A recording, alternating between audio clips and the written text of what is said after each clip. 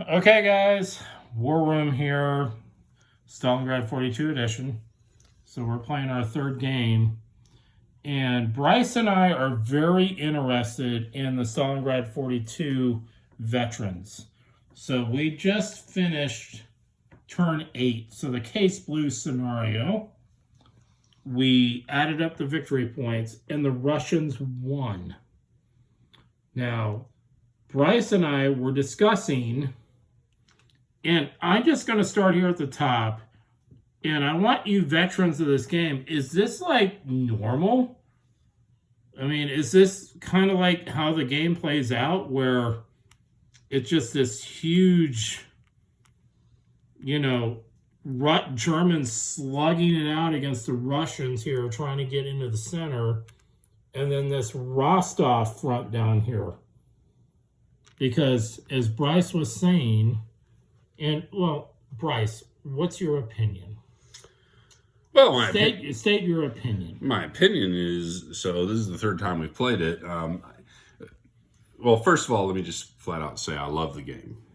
Okay, I just want to get that on record. I love the game. I love the mechanics. I love the whole thing. I really don't have any gripes about the game at all. Now, I guess my question to the internet world out there is, I did some research. I read some people on, forums on Board Game Geek and all that. And all these people were just saying, oh, the game is unbalanced, and the Germans just run roughshod over everything. And I'm just like, oh, okay.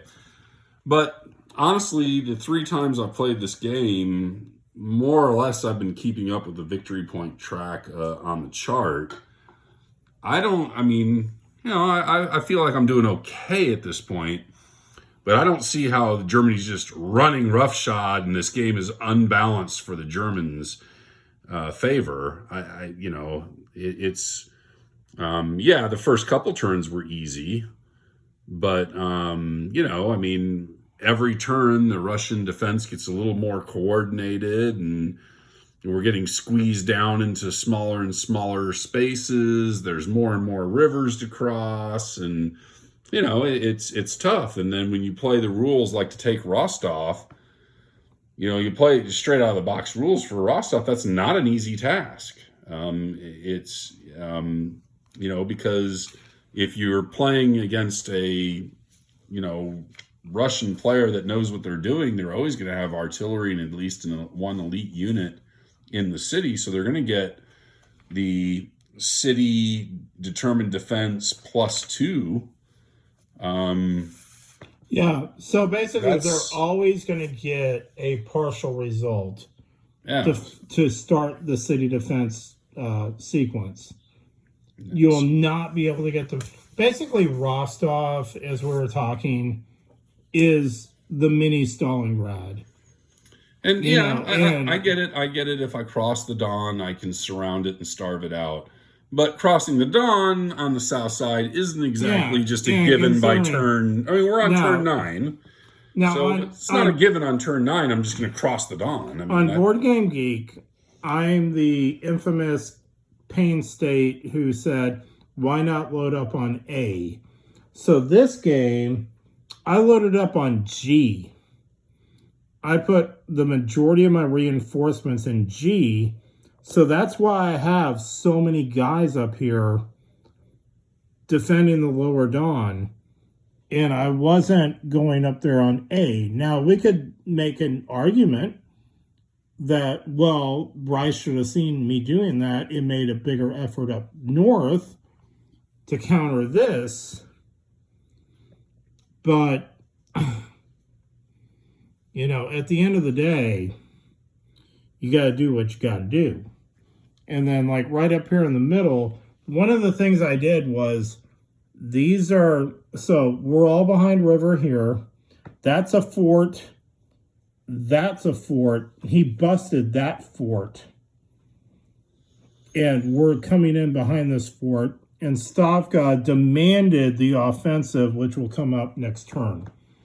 So I'm trying to get this unit here, but anytime you have elite armor stacks like that, basically Russia at the early part of the game That's going to be like a 2-1 at best.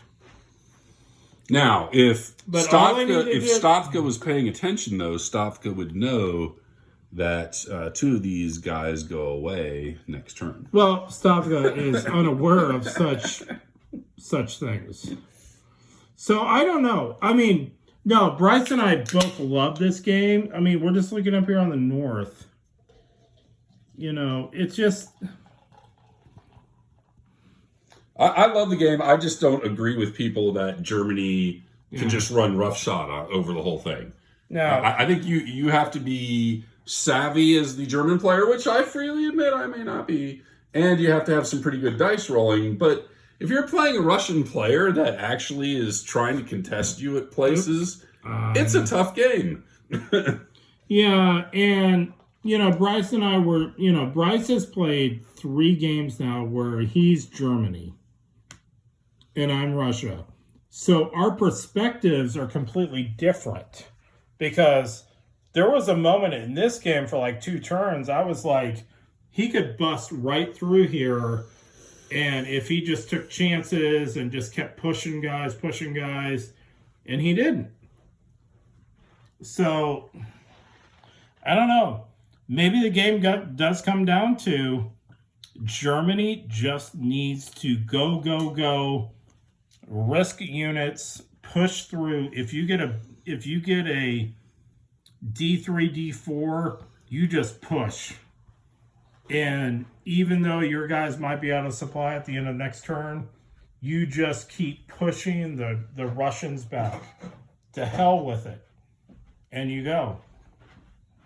So, I don't know. So we're going to keep playing. But I'm just making this video out. I just want to hear what you guys have to say. Let's hear some comments. Yeah, feedback would be great. Because it does seem like the Russians have a ton of dudes just sitting in front of these Germans, making him slog his way towards Stalingrad. And I'm a high school teacher. You cannot hurt my feelings. It's impossible. Well, that's a good point. I get it. I get it worse than you can dish it out every day. Yeah, and I'm not going to call out some other channels. I've watched some channels on Stalingrad 42.